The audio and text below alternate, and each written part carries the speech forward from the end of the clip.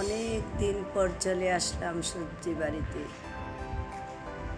2 গাছ মিলে কয়েকটা কাঁঠাল ধরেছে।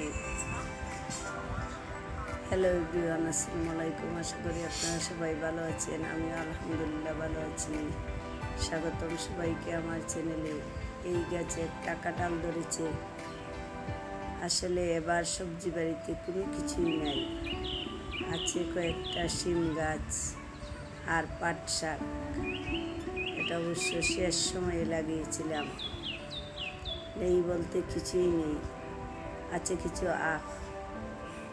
আসলে দিন রাত এই কয়েকদিন ধরে অবিরত বৃষ্টি আর বৃষ্টি। তারপর আজকে একটু রোদের দেখা পেয়েছি। এইদিকে আছে 2 চড়ি সাগর কলা, একটা একদম ছোট, একটা পাকে পাকে অবস্থা। কম হলে অনেক সুন্দর পাট শাক হয়েছে। কিছু পাট শাকও তুলে আনলাম। একটা কাঁঠাল একদম গাছের মধ্যে পেকে আছে। একজনকে দিয়ে কাঁঠালটা পাড়ালাম। আসলে গাছ পাকা কাঁঠাল খাওয়ার ভাগ্য আমার মতো কতজনের আছে আমি জানি না। একদম পেকে গ্রান বেরিয়েছে। তীব্র যানজট নবীগঞ্জের বাজারে। বাসার সামনে তৈ তৈ করছে পানি।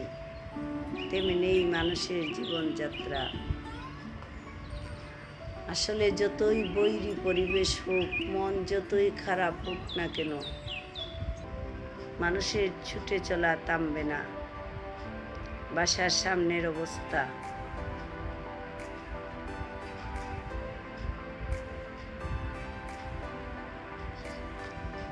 তারপর বাসার পেছনেও এসে দেখি একটা গাছে কয়েকটা কাঁঠাল ধরেছে। একটা কাঁঠাল একদম পেকে আছে। তারপর কি আর করা, পাকা কাঁঠাল ভাঙলাম, ভেঙে আমরা এক অংশ রাখলাম আর 2 অংশ 2 ভাগ আমার পাশের 2 প্রতিবেশীকে দিলাম। ভালো থাকবেন সবাই, আল্লাহ হাফেজ।